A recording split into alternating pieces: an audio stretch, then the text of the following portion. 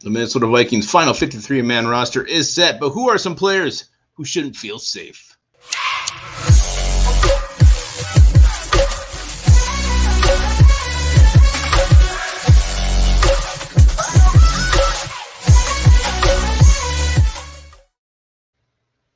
All right, welcome back to the Onebar and Lupagus show. I am Lupagus, and Minnesota Vikings have set the 53-man roster. They cut everybody who had to go, kept who they had to keep, and now there is still, they call it the initial 53-man roster, and they call it that for a reason because there can still be changes, tweaks, and alterations between now and September 11th when the Minnesota Vikings take on the Green Bay Packers at home. Before we talk about who should not be feeling quite safe just yet, remember this video is brought to you by Liftbridge Brewing Company, and also drop hashtag Liftbridge in the comments for your chance to win 1 to 2 $50 gift cards to their online store. So 53-man roster is set, but not everybody who made the 53 should feel very, very secure with their spot on the team just yet.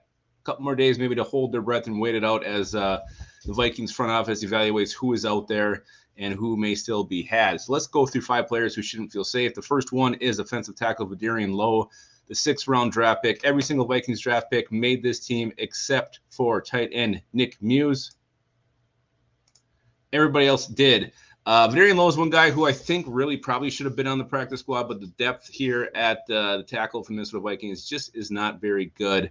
Well, he was able to beat out Blake Brandel for a spot on the roster. I just feel like Vidarian Lowe's probably still a year away. So if the Vikings find a better option. Oh, no, Blake Brown did make the team.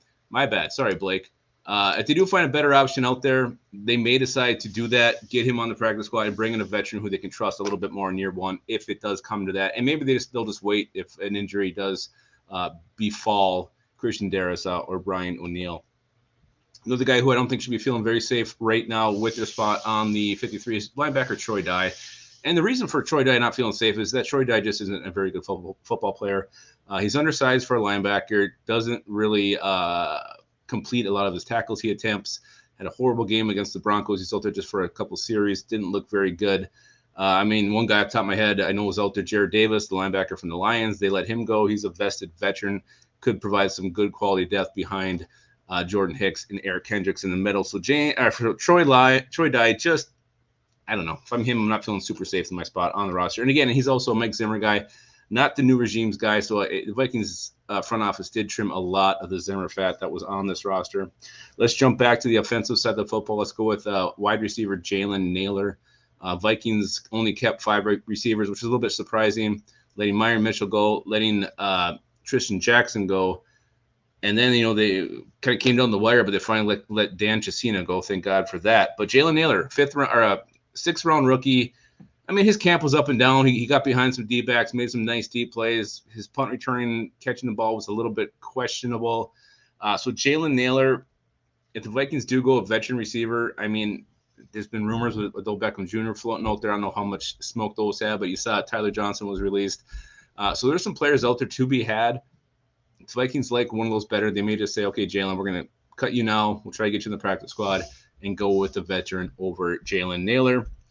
A couple more guys. James Lynch, how he made this team and Armand Watts didn't was pretty mind-boggling. Maybe they decided they had to have a ginger on the team. I don't know what it was. But anyway, James Lynch is on the team. But again, there's this Ndamukong Suh rumors swirling. Vikings, do they free up this cap space to bring in a bigger name like that? And if they do, James Lynch will be the guy who goes. He really didn't show much at all this preseason. He had plenty of opportunities to shine, just could not capitalize on those. So James Lynch, it's nice he made the team, but I of all the guys on this list, I think he's probably the one who's not going to stick around till September 11th. And the last one, undrafted rookie Luigi Villain. And this is pretty much because he is the only undrafted rookie to make this team. He's got a little upside, had a nice game against the Broncos. But again, the Vikings could choose to go with a veteran pass rusher. If there's someone out there who they prefer, who they trust a little bit more, they could definitely go that route. So Luigi Villain made the 53. Great story. Great job for an undrafted rookie to come in and do that. Will it stick? If I'm him, I'm not changing my number just yet. We'll just see what happens there with Luigi. But hopefully he sticks around. I do like Luigi Villain quite a bit. So those are 5 guys. Boom. who made the 53 roster but should not feel safe with their spots on the team right now. Let us know in the comments below if you have any other guys you feel also fit the bill of making the roster, but maybe shouldn't feel quite safe just yet. Also, don't forget to drop #LiftBridge in the comments, and don't forget to keep your skull in your hole.